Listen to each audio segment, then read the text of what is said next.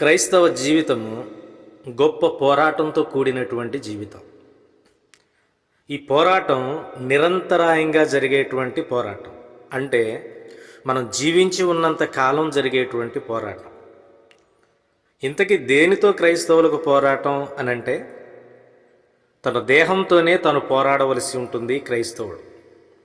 అపవాదితో పోరాటం, పాపంతో పోరాటం, లోకంతో పోరాటం, తప్పుడు మతంతో పోరాటం.